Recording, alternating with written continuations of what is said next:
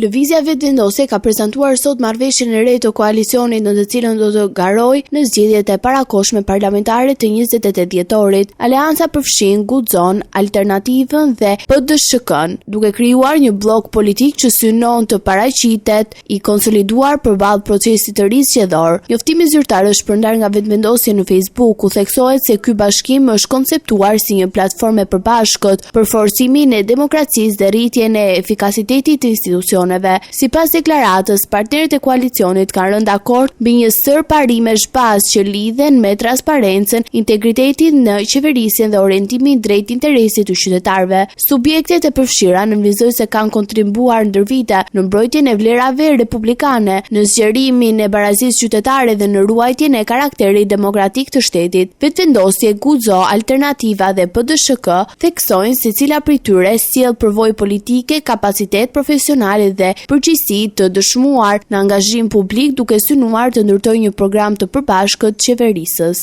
Zgjedhjet e 28 dhjetorit organizohen pas pamundësisë për të formuar institucione të reja nga votimi i 9 shkurtit, ku nëse Vetëvendosje fitoi shumicën relative, nuk arriti të sigurojë numrin e nevojshëm të votave për krijimin e qeverisë. Ky zhvillim e çoi Kosovën drejt procesit të ri zgjedhor, që do të jetë i 10-i në radhë që për përfundimit të luftës. Rasti i zgjedhjeve të 9 shkurtit mbetet i pari që nga shpallja e pavarësisë, kur pas zgjedhjeve të rregullta nuk arriti të ngrihen institucione, duke e detyruar vendin të rikthehet sërish në votimin brenda të njëjtit vit.